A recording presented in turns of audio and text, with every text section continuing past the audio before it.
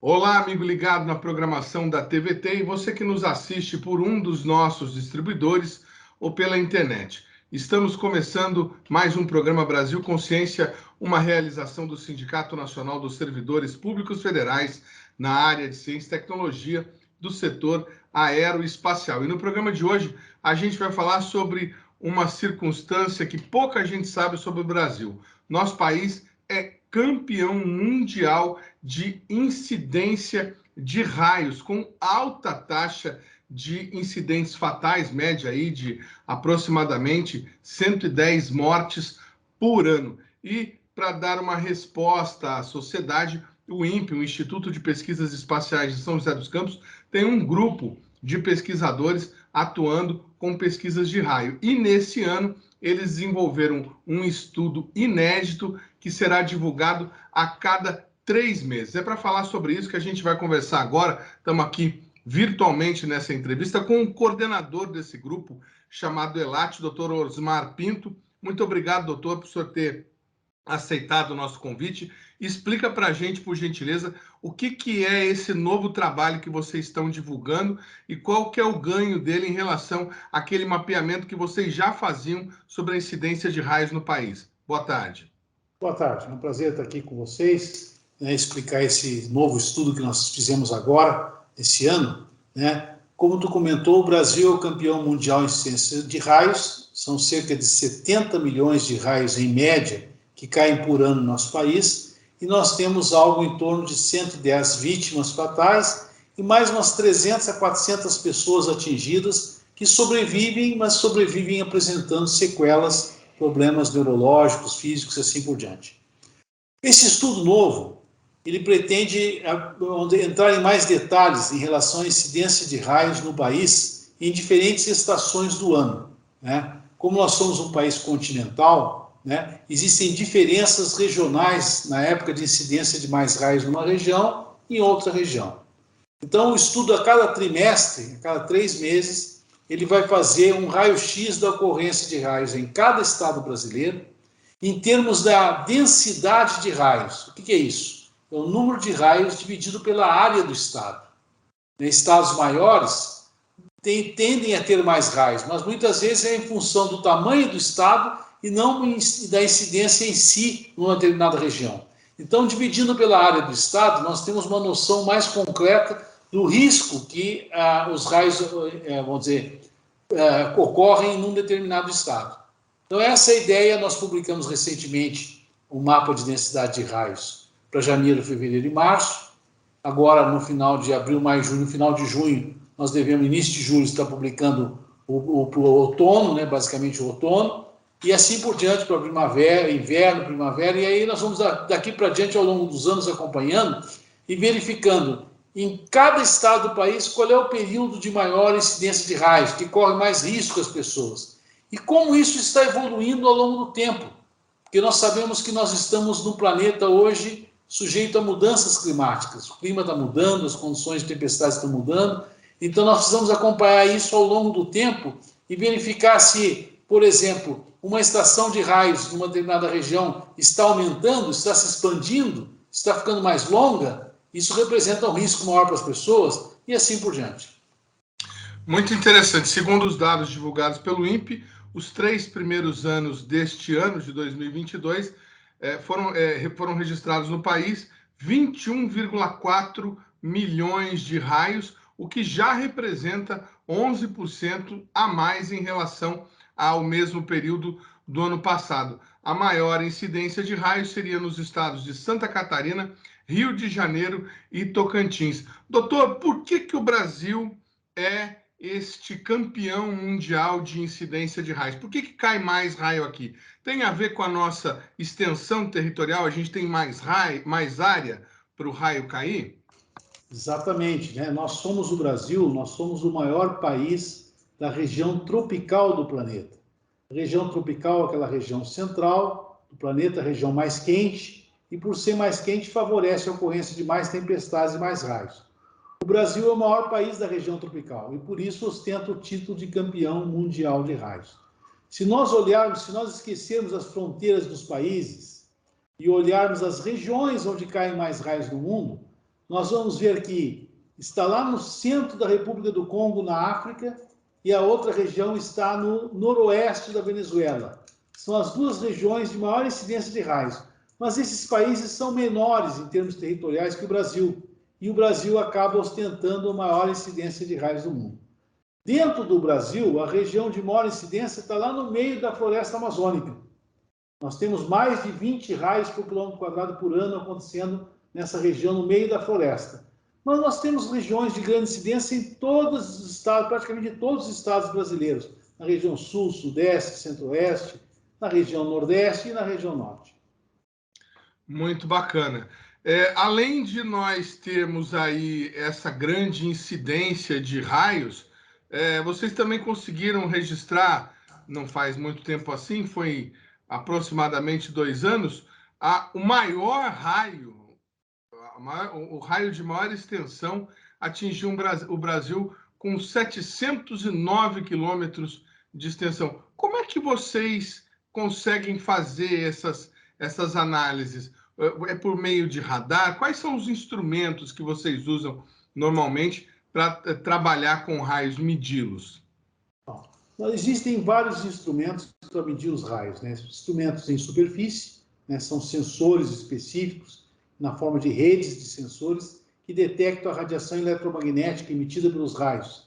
E são capazes de, com isso, identificar onde que o raio está acontecendo, em que instante, que local. Mas uma outra plataforma também muito útil são os satélites. Hoje nós temos diversos satélites que permitem o monitoramento de raios.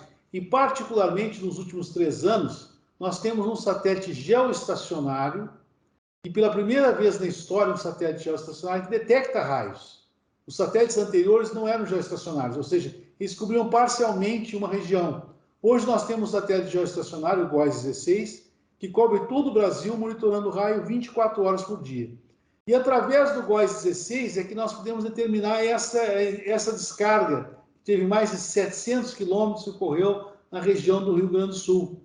O satélite conseguiu, de cima, monitorar o desenvolvimento dessa descarga ao longo das nuvens, que começou praticamente na costa oeste do Rio Grande do Sul, lá na borda da Argentina, e atravessou o estado do Rio Grande do Sul e terminou no Oceano Atlântico. As nossas redes de superfície mostraram que, ao mesmo tempo que essa descarga ia se propagando nas nuvens, ao longo desses 700 quilômetros, 14 descargas atingiram o solo em diferentes regiões locais do Rio Grande do Sul. Isso as redes de superfície que detectaram. Já o satélite mostrou essa propagação da descarga dentro das nuvens ao longo desses 700 quilômetros. O Rio Grande do Sul, inclusive, registrou nesse verão uma das 21 mortes registradas no país por conta da incidência de raios. O número de mortos por raios também é um trabalho que é desenvolvido pelo ELAT, que faz essa contagem com base em diversos bancos de dados. Doutor, esse número de 110 mortos por ano, ele obviamente é preocupante, uma vida importa muito, mas ele é alarmante por conta do Brasil ter essa incidência muito alta de raios. Nós devemos ficar mais preocupados do que deveríamos com a questão dos raios e esse aumento de raios que vocês estão projetando para o país? Bem, esse aspecto é interessante. Nós somos o segundo país das 3 Américas em termos de morte por raios. Só o México tem um número maior de mortes, né? E o 7º país do mundo em termos de mortes por raios. O número é grande, e se nós levarmos em conta, vamos dizer assim, num comparativo com os Estados Unidos, né, onde morrem pouco mais de 20 pessoas por ano, né, nós vemos que o número brasileiro é muito grande e que deveria ser da mesma ordem dos Estados Unidos. Os Estados Unidos têm menos raios, mas tem mais pessoas. Levando em consideração esses 2 fatores, o número de mortes deveria ser próximo. Ou seja, nós deveríamos ter 20 e poucas mortes, e temos mais de 100. O porquê disso? Falta de informação. nós precisamos levar cada vez mais a informação para as pessoas nas diferentes cidades, no interior, não só nas capitais, onde a informação normalmente é mais fácil de chegar, mas nas cidades pequenas, no interior do estado, pessoas que trabalham no campo, que é a situação, a circunstância de maior morte no Brasil, são pessoas no meio rural. Nós temos que levar informação lá dos riscos, do que as pessoas devem evitar de fazer durante uma tempestade, né? E como tu comentou, o número de raios tende a aumentar no futuro, à medida que o planeta vai aquecendo. E esse número aumentando, as mortes podem aumentar junto. Então, nós temos que trabalhar na conscientização das pessoas. E pessoas informadas, vamos dizer assim, é a principal coisa que nós podemos fazer para minimizar as mortes.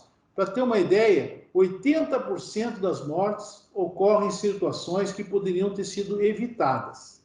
Situações em que, se a pessoa soubesse, ela não teria se colocado naquela situação de risco e não teria morrido. Apenas em 20% dos casos são, vamos dizer, aquelas tragédias que, infelizmente, aconteceu, a pessoa não estava fazendo nada errado, mas acabou sendo atingida. Mas 80% dos casos poderiam ser evitados se as pessoas tivessem mais informações. Mas, doutor, falando de prevenção, então, o ELAT produz uma plataforma onde vocês pretendem prevenir a incidência de raios com 24 horas. Como é que isso está funcionando e qual que é a confiabilidade disso para que a população comum possa tentar se proteger? Nós viemos trabalhando nessa questão de previsão da incidência de raios há muitos anos, né? A ideia é que essa previsão possa ajudar, possa auxiliar, né, as pessoas a evitarem, vamos dizer assim, de correr riscos. Hoje nós temos no site ELAT a informação em tempo real de onde está acontecendo o raio. E essa informação evolui ao longo do tempo, você pode perceber que os raios estão se aproximando de uma determinada região. Então, se você está indo fazer um camping, você está indo para a praia, você está vendo a tempestade se deslocando em direção àquela região, e o que você deve fazer? Evitar de fazer isso. Se você ia para a praia e tem uma tempestade na direção da praia, você não vai mais. Se você vai subir, fazer uma escalada, uma montanha, e você está vendo uma tempestade naquela direção, você também deixa de fazer. Então, essa informação já é útil, mas essa informação normalmente dá uma previsão de poucas horas, 1 ou 2 horas à frente. Prever raios com 24 horas de antecedência é mais complexo, né? Nós temos trabalhado nisso há alguns anos, temos ferramentas internas rodando no INPE que fazem essa previsão, mas ainda não existe uma divulgação pública dessa informação. Ainda estamos avaliando como colocar essa informação para as pessoas em geral, para evitar que haja, vamos dizer assim, um alarme maior a respeito do fenômeno que não ajude. Porque se a pessoa entra em pânico também, ou muitas vezes ela acaba fazendo errado o que devia fazer. Ou então também evitar que os erros da previsão é uma coisa que está sujeita a erros. Como toda previsão meteorológica tem erros. E os erros, a gente, se não forem muito pequenos, podem acabar levando uma descredibilidade da população em relação à previsão. Então, nós estamos ainda, a previsão para 24 horas ainda é uma coisa que nós estamos dentro da esfera da ciência, ainda estudando, ainda não estamos divulgando para o público em geral.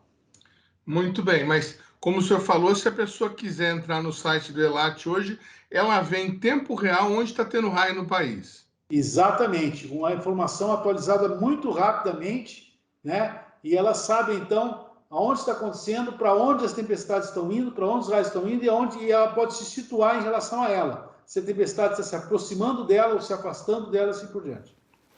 Um outro estudo conduzido pelo INPE, que está fazendo tentativa de prever raios, é usado com alguns equipamentos em praias aqui de São Paulo para tentar alertar os banhistas dos riscos. Veja nesse vídeo. Nós trabalhamos com sensores de campo elétrico atmosférico, que são sensores que detectam com antecedência a carga elétrica presente nas nuvens. E esses sensores são capazes, né, através dos sinais recebidos desses sensores, são capazes de disparar alertas da ocorrência de raios naquela área determinada.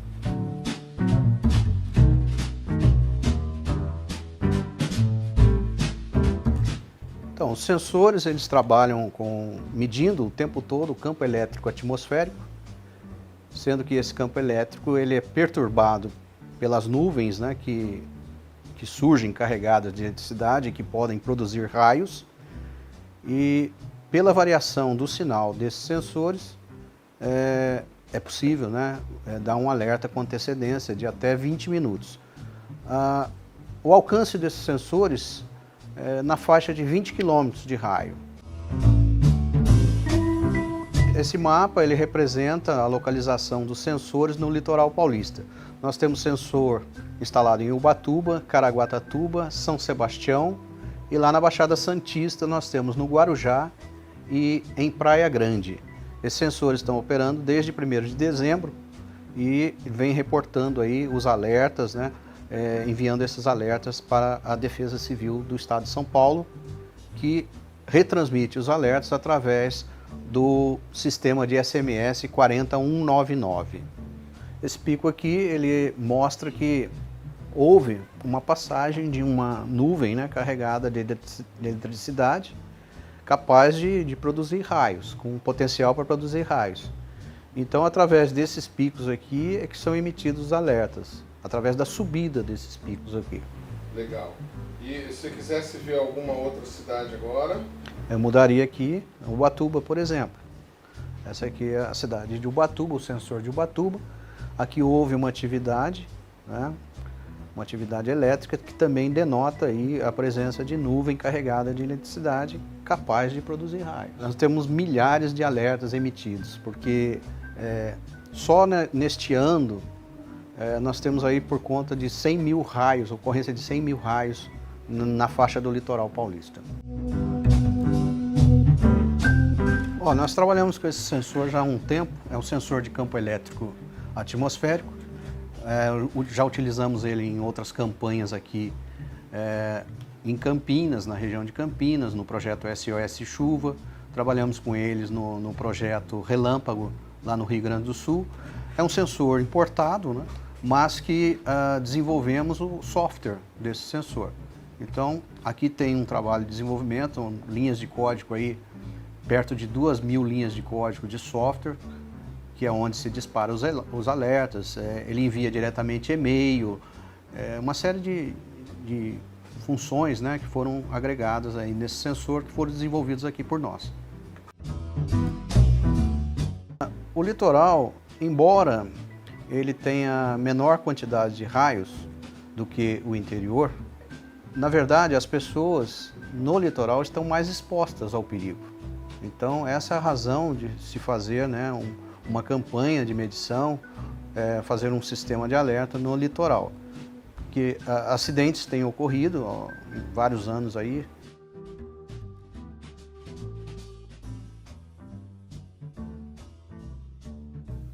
Eu fiz a minha tese em cima dessa aqui, no entorno de São José dos Campos, né? Eu tenho lá Iaê, depois tem Jacareí, Horto lá em São José, Caçapava, Paraibuna, Salesópolis, Mogi das Cruzes, Guararema, Igaratá e Santa Isabel. Então eu tinha essa rede, os amarelos eram do CTA, os círculos amarelos eram sensores do CTA e os vermelhos eram os sensores do INPE que a gente complementou.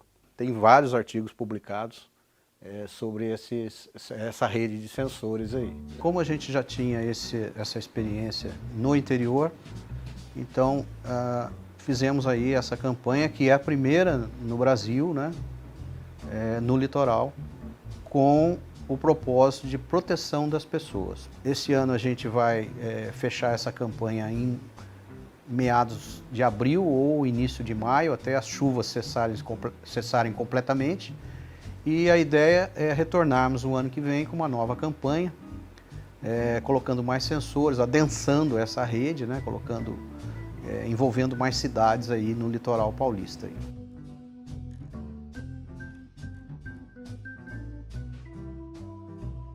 Bom, esse é o sensor de campo elétrico atmosférico, igual aos sensores que estão instalados no litoral. Ele abre de 10 em 10 segundos quando é tempo bom, né? Não tem nenhuma nuvem carregada aí por perto.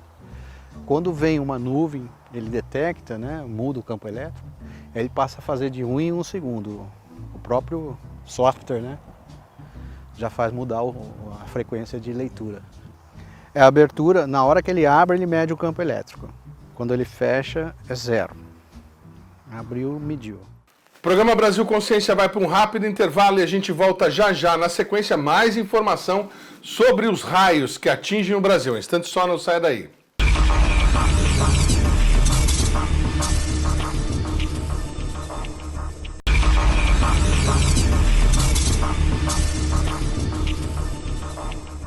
Segundo bloco, o programa Brasil Consciência de volta, e a gente tem o prazer de estar conversando com o Dr. Osmar Pinto, que é coordenador do ELAT, o departamento do INPE que cuida do monitoramento e do estudo dos raios que atingem o Brasil. Brasil campeão mundial de incidência de raios. Doutor, o senhor estava falando no bloco anterior sobre a questão da prevenção dos riscos de acidente e quanto ao tal para-raio. Existe uma cultura sobre o para-raio em prédios públicos. Se começa a chover, a gente só fica perto da escola, porque a escola tem o para-raio. O Brasil tem uma rede de proteção de para-raios considerada suficiente pelo senhor? Esse para-raio que a gente usa, que muitas vezes vem importado dos Estados Unidos, ele serve para o, vamos chamar assim, o raio brasileiro, o raio que atinge o nosso país?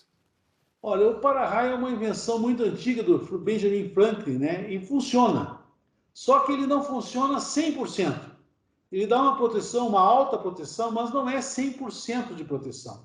Então, você tem que ter um certo cuidado mesmo havendo um para-raio. E qual é a intenção do para-raio? É proteger a edificação que ele está instalado. Então, você coloca o para-raio em cima de um prédio, para que um raio não caia no prédio e o prédio não desabe, matando todo mundo. Essa é a intenção do para-raio. Agora, se você está na rua, lá na frente do prédio, dependendo da distância que você está em relação ao prédio, o para-raio não está protegendo você. E mesmo se você estiver próximo do prédio, o para-raio está protegendo, mas não com 100% de segurança. Então, a gente costuma dizer o seguinte, um prédio tem uma piscina, né? No verão, está caindo raio. As pessoas têm que sair da piscina. Mesmo a piscina estando próximo ao prédio, é perigoso porque o para-raio não dá 100% de segurança. A recomendação é saia da piscina, principalmente as crianças, né? As crianças no verão querem ficar na piscina brincando, não. Sai da piscina, escutou trovão, sim, o barulho associado com raio, significa que há raios próximos. As pessoas têm que sair da piscina e entrar para dentro do prédio. Né? Em linhas gerais, quando você instala um para-raio num prédio de 20 metros de altura, por exemplo, esse para-raio está protegendo até uma distância de 20 metros, a mesma distância equivalente à altura, ao redor do prédio. Se você está além dessa distância, então o para-raio não está servindo para nada. Então isso é um equívoco muito grande da população. Muitas vezes a pessoa está na beira da praia e tem numa praia que tem prédios na orla, os prédios na orla da praia têm para-raio, e ele acha que aqueles para-raios estão protegendo, mas ele vai ver, a distância que ele está do prédio é muito maior que a altura do prédio, e, portanto, aqueles para-raios não estão protegendo em nada essa pessoa. Nós temos casos, inclusive, de pessoas que foram filmadas sendo atingidas por raios na praia, lá em Santos, uma coisa bastante terrível, né? A pessoa acabou perdendo a vida, inclusive. Bom, uma outra pergunta que eu gostaria de fazer para o senhor. Nós tivemos o primeiro trimestre, janeiro, fevereiro, março. Nós estamos agora na análise dos dados do segundo semestre, abril, maio e junho. Qual que é o período do ano em que as pessoas podem ficar, que elas devem ter mais atenção, e qual é aquele período em que as pessoas podem ficar mais tranquilas com relação à questão dos raios? Parece que janeiro é um pouco pior. Uma das intenções do estudo é exatamente definir esse período com mais precisão, né? Hoje nós temos uma noção desse período, e esse período muda de região para região do país. No Sudeste, por exemplo, o principal período é janeiro, fevereiro, é o verão, praticamente do final de dezembro até o final de março. É o verão que é o principal período de incidência de raios no Sudeste. Mas nas outras regiões brasileiras não é bem assim, né? No sul, por exemplo, e na região norte, existe uma briga entre a primavera e o verão. O centro-oeste também, alguns estados também apresentam essa diferença, e mesmo na região nordeste. Então, não existe claramente essa informação de qual é o mês do ano, qual é o trimestre do ano mais perigoso em cada região. E esse estudo vai poder levantar essa informação com precisão. Do estudo que vocês fizeram em janeiro, ele foi publicado nas páginas do ELAT. A população tem acesso para ver os números? Os estudos que estão sendo publicados pela imprensa, eles normalmente eram publicados no site do ELAT. Mas uma orientação do governo fez com que a gente retirasse as matérias da imprensa nos sites do ELAT, nos sites em geral do governo. Então, agora você tem que entrar na internet, no Google, e digitar as palavras-chave, aí você vai encontrar na mídia as informações, em algum artigo da mídia, essas informações.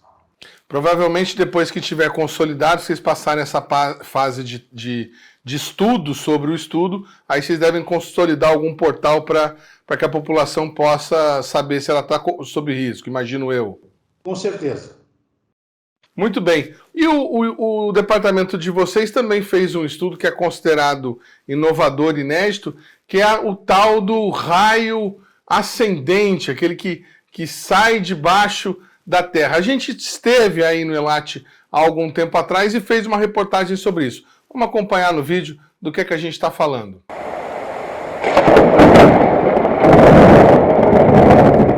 Esse laboratório ele está destinado a registrar imagens de raios. Nós temos câmeras de alta velocidade. Essas câmeras de alta velocidade elas registram o raio no seu movimento da nuvem até o solo e já registrou também pela primeira vez no Brasil do solo até a nuvem, os raios chamados ascendentes. O que a gente tenta entender com essas câmeras são as propriedades físicas dos raios, né? Como é que são os parâmetros principais dos raios para que a gente possa se proteger contra eles. Agora nós estamos com câmeras ao longo de todo o INPE, nós temos câmeras aqui nessa sala, nesse laboratório e em outros lugares do INPE para tentar filmar o raio de diferentes ângulos para que você possa depois saber exatamente onde ele caiu, qual foi o movimento que ele fez e aí comparar com as outras medidas auxiliares que nós temos também. Nós temos medidas auxiliares de raio-x, medidas auxiliares de campo elétrico, campo elétrico da nuvem, e tudo isso a gente combina com a imagem do raio. Interessante, né? Apesar do para-raio ter sido aí bolado por Franklin em 1700, meados dos anos 1700, do século XVIII, nós até hoje, né, depois de 250 anos, nós ainda não sabemos exatamente como é que o para-raio funciona. E nós estamos tentando hoje descobrir como é que os raios, né, se conectam aos para-raios. Em termos mundiais, essas imagens que nós temos recentes, que vocês vão poder ver aí, elas são quase únicas. É de para-raios em prédios habitacionais normais, reagindo à aproximação de um raio que desce. Então, o raio responde à aproximação de uma descarga que vem da nuvem. E isso é muito bom, porque ele vai tentar captar aquela descarga que está descendo, e uma vez conectado, ele conduz por um caminho seguro a essa corrente que é enorme. Se o para-raio não atua, o que pode acontecer? Que a descarga conecte em outro ponto do edifício que seja vulnerável, que seja muito mais passível de danos.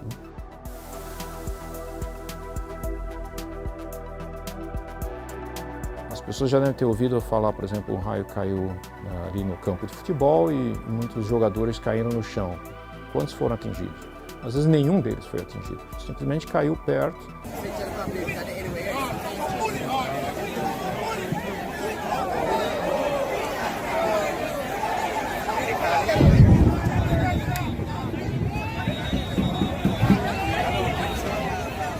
Por que isso aconteceu? Então, a resposta também vem desse estudo, porque nós observamos que mesmo que o raio não atinja o prédio tenta responder e lança uma descarga que vai em direção àquela que estava descendo. Então agora imagina que isso aqui não é um prédio, isso aqui é uma pessoa. Então você tem uma pessoa aqui e o raio cai aqui. Dessa pessoa, da cabeça, do ombro dessa pessoa, pode também sair uma descarga em direção àquela que estava descendo. E é essa descarga que sai da cabeça da pessoa, mesmo que não conecte, mesmo que o raio não incida sobre essa pessoa, Aquela descarga que tentou conectar com o raio, ela chega a 400 amperes. A pessoa serve como uma ponta, né? Porque ela é um ponto naquela superfície, ela é uma ponta, tá certo? Que se destaca em relação ao solo, e através dela, né, você passa cargas elétricas, e o movimento de cargas elétricas a gente chama de corrente. Essa corrente elétrica que pode danificar a pessoa, né, causar danos ao físico dessa pessoa. Tá. Bom, aqui nós temos o laboratório onde nós fazemos a observação dos relâmpagos, né? Então, claro, esse laboratório aqui tem várias câmeras. Essas câmeras são de alta velocidade. Nós temos uma que faz ali 40.000 imagens por segundo, 100.000 imagens por segundo, 3.000 imagens por segundo, câmera fotográfica, câmera de vídeo, né? Aqui nós temos o Felipe, né, analisando as imagens de alguns vídeos já filmados. Então aí você vê com detalhes, né, a evolução de um raio indo em direção ao solo ali, tá? Caminhando. Aqui nós temos uma torre, né, que é essa torre que vocês estão vendo ali fora. E aqui o raio indo em direção ao solo e aí tocando o solo. Então quando ele toca o solo, dá essa iluminação mais forte. Cada pesquisador aqui no INPE, principalmente nessa área, ele utiliza o meu dado de uma forma diferente. Por exemplo, tem a Daniele, ela masca a imagem desse raio para poder fazer um modelo 3D, que é a pesquisa dela. Tem a Paola, que ela se preocupa mais com a corrente, então ela quer saber mais se o raio teve conexão com o solo. Então cada um utiliza uma parte dos dados da tabela. E nessa torre aqui a gente mede a quantidade de corrente que o raio tem ou a quantidade de corrente que um raio pode gerar por indução, tá? Então lá em cima a gente tem o para-raio dessa torre, é uma caixa d'água de aproximadamente 40 metros. Lá em cima a gente tem um para-raio convencional, tá? E esse para-raio ele está aterrado por 4 cabos de cobre. E um desses 4 cabos de cobre a gente está tentando medir a corrente que passa por eles, né?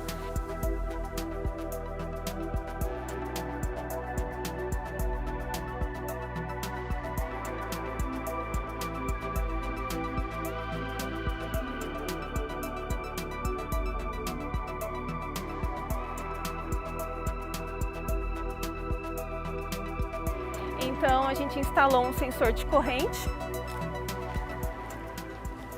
que é esse cara aqui, o verde, tá? Ele é chamado de Pearson.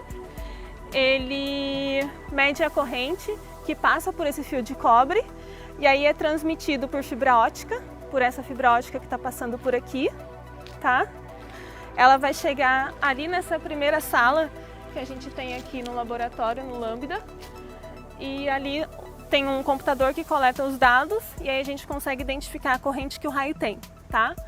Aquela ali é uma antena de GPS que a gente precisa utilizar para saber o tempo exato da conexão do raio. E a partir dessas informações a gente consegue adquirir a corrente ou a indução que um raio pode gerar nessa nossa torre aqui. Muito bacana. Estamos aqui de volta então com o Dr. Osmar Pinto. Doutor, para a gente deixar claro para a nossa população, para aquelas pessoas principalmente que vivem em lugares descampados, em campo aberto, ou também quem está em grande centro, mas né, que quer se proteger. Qual é a orientação? Começou a chover e está com bastante raio no céu. O que acontece? A orientação nem tem muito a ver com chuva, porque pode cair o raio sem estar chovendo. Então a orientação principal é o seguinte: se você está num lugar descampado, seja no campo, seja na praia, seja numa praça, numa cidade, se você está em um lugar aberto e você sente a aproximação de uma tempestade, que pode ser com o céu ficando escuro, né, durante o dia, que pode ser o trovão, o barulho de raios próximos que estão acontecendo, ou aquele ventinho gelado que sopra normalmente, que chega antes das tempestades. Em qualquer uma desses casos, você deve sair do local que você está. Você deve buscar um abrigo num carro fechado ou dentro de uma residência. Num carro fechado, você está 100% seguro. Numa residência, você está mais seguro que ao ar livre, mas ainda existem alguns riscos dentro da sua casa. Principalmente se você estiver ligado, encostado, conectado a alguma coisa ligada à rede elétrica ou à rede telefônica. Um acidente que tem acontecido com várias fatalidades nos últimos anos, é pessoas falando dentro de casa com o celular, mas o celular ligado pelo carregador à rede elétrica. As pessoas estão deixando de usar o telefone fixo, usando o celular, só que a bateria do celular não aguenta, aí ele acaba falando no celular com o celular ligado pelo carregador da rede elétrica. Cai um raio próximo da sua casa, induz correntes na rede elétrica, essas correntes chegam na tomada, vão até você e a pessoa morre. Então, é muito que dentro de casa você está mais seguro, mas você não pode estar encostado numa geladeira, não pode estar falando no telefone com fio, não pode estar tomando banho de chuveiro elétrico, não pode estar falando com o celular ligado com o carregador ligado à rede elétrica e assim por diante. E quais são os próximos passos, doutor, aí do grupo de vocês? O que vocês estão planejando aí para os próximos meses? Olha, esse ano nós estamos muito concentrados nesse novo estudo, né, que busca verificar a incidência de raios em todos os estados brasileiros a cada trimestre. Esse levantamento é um levantamento muito grande, o recurso computacional, o esforço de dados é muito grande para levantar todas as informações, e nós estamos querendo levar essa informação rapidamente à população, ou seja, terminado o segundo trimestre de abril, maio e junho, já na primeira semana de julho a expectativa é divulgar isso para a imprensa, né, para que as pessoas tenham atualizado essas informações. Além disso, é claro, nós estamos levando adiante as pesquisas, diversas pesquisas, sobre as características em si dos raios com câmeras de alta velocidade, sobre a influência da poluição das cidades sobre os raios, a influência das queimadas, né, que o nosso país está sofrendo também esse problema, e as queimadas afetam as tempestades, e as mudanças climáticas, estudando como que os raios vão acontecer no futuro. Um estudo recente que nós publicamos também no ano passado mostra que a incidência de raios no Brasil tende a aumentar nas próximas décadas. E, é claro, esses estudos têm grande variabilidade, grandes incertezas, e nós estamos tentando sempre melhorar, tornar mais precisas essas previsões, né, para que a gente tenha um quadro mais certo do que vai acontecer daqui 10, 20, 30, 40, 50 anos no Brasil. De maneira geral, esse estudo que o senhor citou, do aumento da incidência, aponta para qual caminho? Nós temos aí em torno de 77 milhões e o estudo está dizendo que nós podemos chegar a 100 milhões de raios por ano. Por que o Brasil vai ser esse para-raio do mundo, digamos assim? Bom, com o aquecimento do planeta, maior quantidade de vapor d'água é lançado na atmosfera. E com maior quantidade de vapor d'água, intensifica as tempestades. Mais tempestades se formam e com isso nós temos mais raios. Então, essa é a tendência. Nosso país é um país quente, né? A tendência é que esse aumento seja maior do que em outras regiões, vamos dizer assim, mais frias do planeta. De maneira geral, é a temperatura. Mas por que isso não aconteceria, por exemplo, na África ou alguma região mais quente? Também vai acontecer. A expectativa também, sim, não é só no Brasil. O aumento vai ser global, né? Para te ter uma ideia, atualmente, no Ártico, está ocorrendo uma quantidade de raios nunca vista no passado. Né? Lá no Ártico, em regiões onde não havia raios, que não existia, porque é muito frio, gelo, e está surgindo raios pela primeira vez no planeta. Né? Então, isso foi detectado de 10 anos para cá. Antes, nunca tinha ocorrido um raio lá. As pessoas que moravam lá, os esquimós, nem sabiam o que era raio. E agora está acontecendo raio lá na Antártica, lá no Ártico, desculpe. Então, o aumento de raios é uma coisa que vai acontecer globalmente, em todo o planeta e no Brasil. Doutor, agora o senhor vai me permitir assim, a ousadia de fazer uma pergunta de um leigo que eu já tinha vontade de fazer para o senhor outras vezes que a gente teve a oportunidade de conversar, mas como a pauta não permitia e o veículo também não. Mas, assim, algumas pessoas já até publicaram isso no nosso canal do YouTube. Se o raio é essa força, com essa intensidade energética toda, seria possível, como teve no filme lá De Volta para o Futuro, você pegar um carro, receber um raio e usar a energia desse raio em prol de algum movimento, de uma máquina, de um carro, de um trem, de um veículo? É possível aproveitar o raio de maneira a produzir energia de alguma maneira? Então, esse é um dos mitos que existem. Porque o raio é um fenômeno muito intenso, né? Só que a duração dele é muito curta. E com isso a energia não é grande. Então, na verdade, o raio como uma solução energética para a humanidade é um mito. Isso não vai acontecer, né? Talvez uma fazenda, num local onde tenha muito raios, possam armazenar uns raios para uso na energia elétrica da fazenda. Talvez isso seja viável um dia. Mas como uma fonte de energia para as cidades, para o planeta, não é viável, porque o período do fenômeno é muito curto. E com isso a potência é grande, mas o período é curto, a energia também é pequena. Eu quero agradecer demais ao professor Dr. Osmar Pinto, que é coordenador do ELAT do INPE, por ter atendido a gente, inclusive ter paciência com perguntas de ordem não muito científica. Obrigado, doutor. Um abraço e a gente espera que o trabalho continue da melhor forma possível. Um abraço a todos aí. Um abraço. O programa Brasil Consciência vai para um rápido intervalo e na sequência a gente fala de um curso gratuito que vai ser oferecido pelo INPE. É um instante só, não saia daí.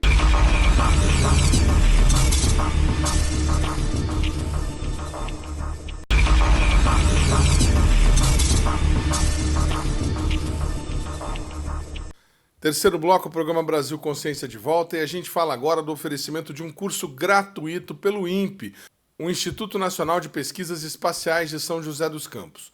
O curso é para o uso de sensoriamento remoto na educação e é oferecido de forma gratuita pela instituição. Desde 1998 eu trabalho com formação e capacitação de educadores, no uso de imagens de satélite como recurso didático na educação. Nós já capacitamos cerca de 3.000 educadores de todo o país, né, e de alguns países da América do Sul. E esse ano nós estamos na 25ª edição do curso de uso escolar de sensoriamento remoto no estudo do meio ambiente, né, onde participam como instrutores cerca de umas 15 pesquisadores, né. Cada um vai falar do estado da arte dentro da sua área. Os temas escolhidos são os temas mais voltados para os problemas graves que têm acometido o nosso país, né, como o desmatamento, o que isso implica para a mudança climática, né, o efeito de gases de efeito de estufa, como isso altera até o desenvolvimento de uma cidade, uma sociedade, né? Então, foi esse tipo de pesquisadores que nós convidamos nessa edição para estar vindo ministrar as palestras. Então, a primeira semana é dada a fundamentação básica, né? Ou seja, quais são os princípios físicos envolvidos na formação da imagem de satélite, quais são os satélites de recursos naturais. E quando eu falo recursos naturais, são satélites para uso, entendimento dos recursos da superfície e também como para o estudo do comportamento da atmosfera. A pesquisadora tem larga experiência na área. Eu sou pesquisadora do INPE desde 1984, né? Na realidade eu vim para o INPE fazer o mestrado em 81 e acabei ficando aqui, que eu considero meu segundo lar. O INPE é uma instituição que te dá muita oportunidade de desenvolvimento, né? Eu trabalho com processo de transferência radiativa na área de modelagem climática, né? Foi a primeira tese a utilizar o dado de satélite não na forma visual, trabalhar com o dado digital para extrair estimativa da irradiação solar incidente na superfície. Meu doutorado foi por essa linha, né? Trabalhei com balanço de radiação e sou responsável pelo laboratório de radiometria do Instituto. Ela detalha alguns dos temas que serão abordados no curso.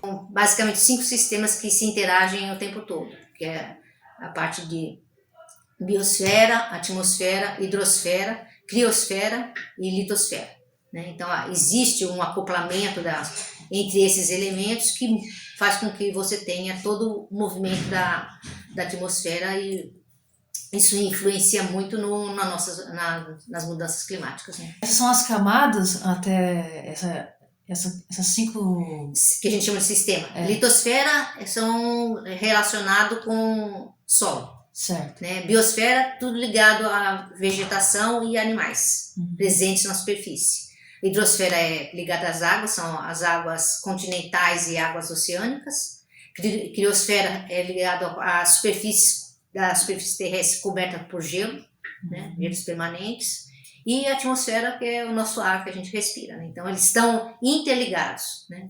E essa interligação, porque existe uma troca entre elas, né?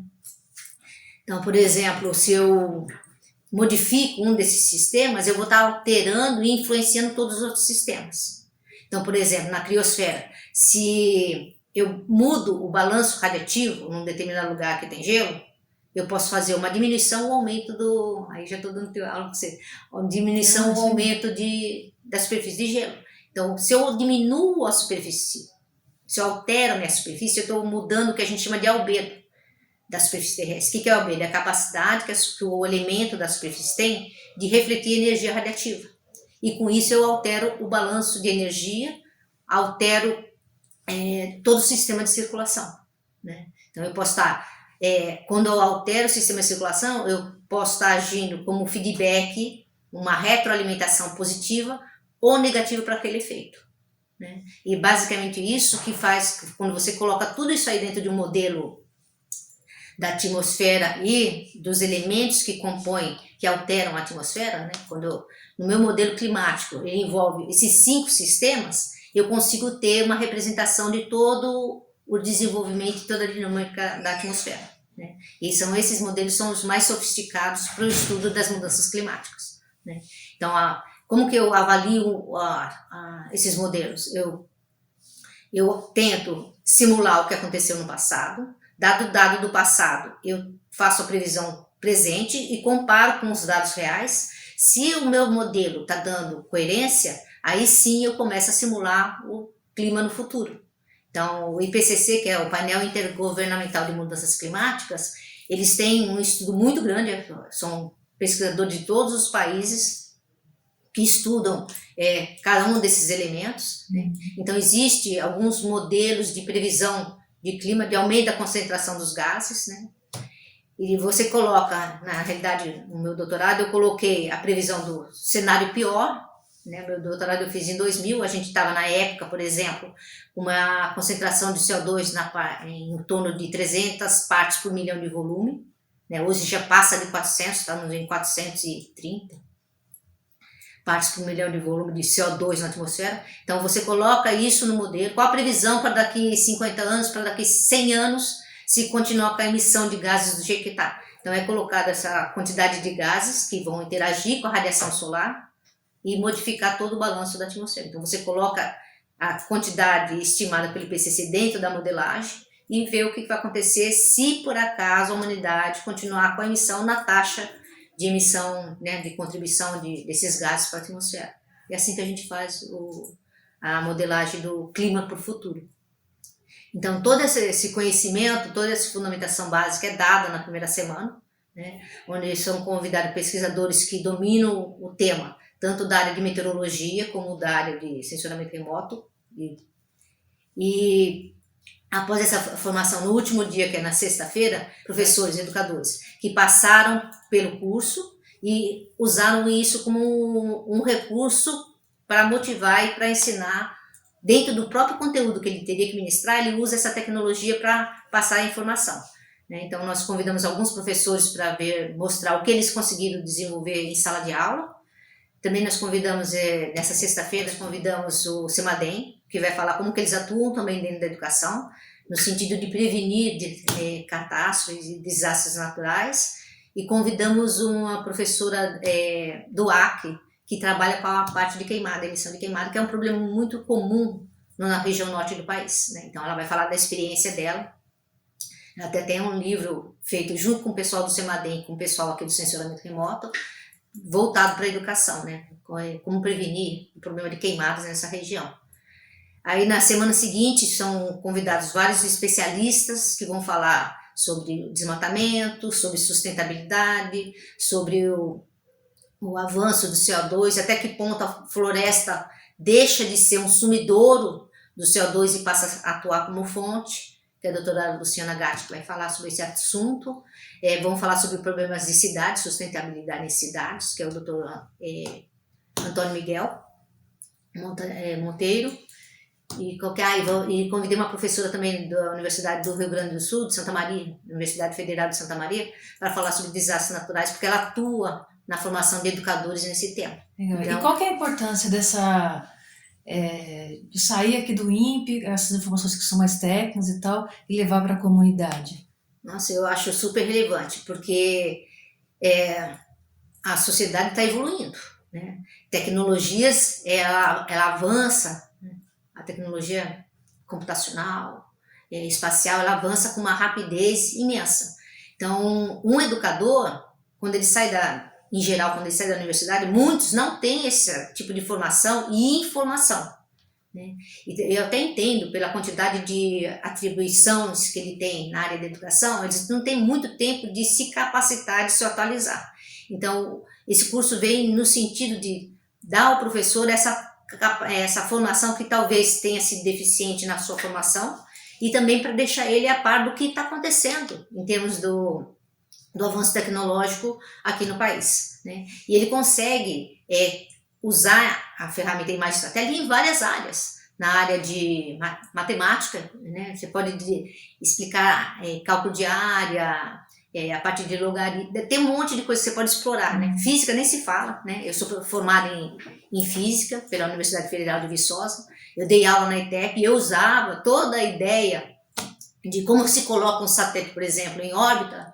Então, quando eu vou ensinar força centrípeta e força centrífuga, em vez de ficar colocando uma pedrinha numa corda e fazer o movimento, eu colocava o princípio, como que eu coloco um satélite em órbita em torno da Terra.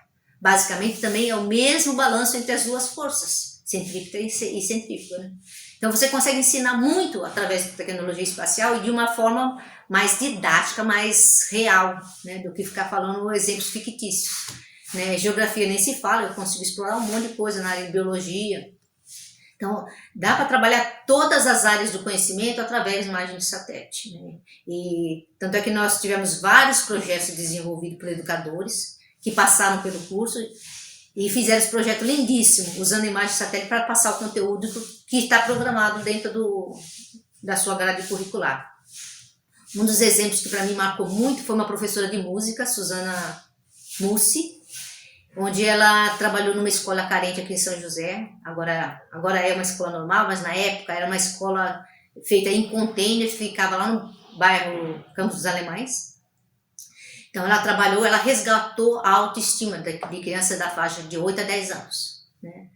E no final das contas, através da imagem de satélite, ela fez o pessoal conhecer o seu entorno, mostrar que aquele lixão estava com planejamento da prefeitura de sair dali e virar um parque, como aconteceu, como melhorar o seu próprio bairro e no que tinha no entorno. E também a importância da educação na formação do indivíduo, né? Da limpeza, da higiene, de não jogar o lixo na rua.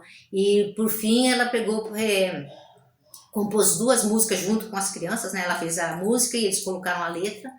E foi muito bonito. Até na época eu convidei a escola, né? O INPE colocou uma condução para ir buscar as crianças e eles se apresentaram no auditório aqui do INPE, né? Para todos os pesquisadores.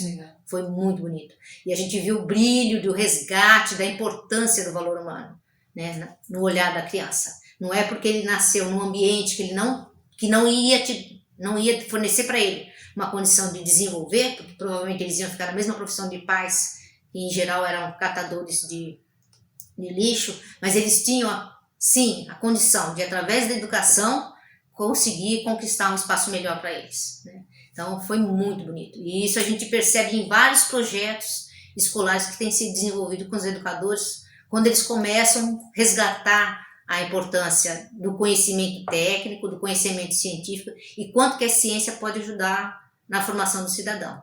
Então, eu acho que hoje em dia o educador ele tem que dar para a criança a capacidade dela se desenvolver. Toda vez que o professor leva e o aluno começa a trabalhar na imagem, começa a conhecer não só o seu bairro, mas no entorno, ele consegue desenvolver a capacidade de ter uma visão maior sobre o planeta que ele vive, e a importância da conservação e da sustentabilidade do país. É a primeira vez que nós vamos oferecer 2 cursos, né? Então, o primeiro curso, que vai na semana de 11 a 22 de julho, as palestras em geral, quase todas, das 15 às 17 horas. só na sexta-feira, na primeira sexta-feira, que vai ser a tarde toda, que são os exemplos de educação, os projetos de professores que desenvolveram trabalhos escolares usando essa tecnologia, né? Toda a tecnologia que ele aprendeu e o conhecimento que ele entendeu. Então, essa aqui vai ser a 25ª edição do curso de uso escolar de censuramento remoto no Instituto do Meio Ambiente. Então, de 11 a 22 de julho, todo dia à tarde, né? Das 15 às 17. O curso é totalmente online e gratuito, não tem custo nenhum. E o segundo curso vai ser a primeira vez que nós vamos oferecer, o curso de Tecnologia Espacial na Educação, com enfoque de geoprocessamento, ou seja, é o tratamento digital de imagens que vai ser repassado para os educadores. Então, são 3 dias, né? Na realidade são 3 tardes, né? No dia 25, 26 e 27, inclusive feriado de São José, mas a gente vai estar trabalhando. Então, nós vamos dar, através de um software livre, que é o QGIS, nós vamos ensinar o educador como ele pegar a imagem e fazer os tratamentos básicos, os principais processos para gerar uma imagem da área que ele queira trabalhar. Né? Por exemplo, as imagens de satélite, elas vêm, são vários canais, são todas em tons de cinza. Então, dependendo do que o educador quer estudar, ele tem que fazer uma composição colorida. Né? Então, ele pega, por exemplo, 3 bandas, de acordo com o interesse dele, e faz a junção delas com a televisão. Então, eu pego um canal, vou pôr um filtro azul, outro canal vermelho, outro canal verde. Soma as 3 e eu gero a imagem colorida. Então, em vez do educador ficar pedindo sempre ao INPE para gerar uma imagem da área de interesse dele, esse curso veio com o intuito de ensinar o educador como que ele pode fazer a mesma coisa, pegar as imagens, eu quero trabalhar a vegetação, qual a melhor composição colorida e quais as imagens que ele tem que pegar e qual que é o processamento digital que ele tem que fazer, usando o QGIS, que é um software bem simples e livre, para ele gerar a imagem dele, ficar independente de estar dependendo de alguém aqui do INPE para gerar a imagem para ele. Então, esse curso basicamente é dar a autonomia do educador, ele gerar o material didático para ele usar na sala de aula. E as inscrições, elas já começaram? As inscrições estão abertas. Os públicos-alvo? Em geral, é mais voltado para educador e para alunos de graduação, né, que estão fazendo a universidade. Mas eu sempre reservo algumas datas para, por exemplo, o pessoal da Secretaria da Educação, ou dependendo se na inscrição, por exemplo, eu estou trabalhando numa área de educação, mas eu não estou em sala de aula. A gente dá oportunidade para esse tipo de profissional também. Então, depende muito da atuação da pessoa. No entanto, a grande maioria das vagas são reservadas para educadores e alunos da área de licenciatura. O curso de uso escolar de censuramento remoto no Instituto do Meio Ambiente já estão com as inscrições abertas. Elas se encerram no dia 20 de junho. E no dia 23 a gente solta a primeira lista dos candidatos aceitos, né, dos inscritos que foram aceitos para participar. São 350 vagas para cada um dos cursos. O curso de Tecnologia Espacial na Educação, com enfoque em geoprocessamento, as inscrições vão até o dia 27 de junho. O programa Brasil Consciência vai ficando por aqui. Você que quiser conferir os demais programas produzidos pela rádio do SINDCT, deve acessar a nossa página no Facebook, que está aí para você na tela nesse momento. Você que quiser conferir todo o conteúdo já produzido pelo Brasil Consciência, deve acessar a nossa página no YouTube, que está aí também para você na tela nesse momento. Dúvidas, críticas, sugestões e reclamações, o nosso e-mail está sempre disponível a atendê-lo. A gente volta na semana que vem com mais uma atração inédita para vocês. Tchau!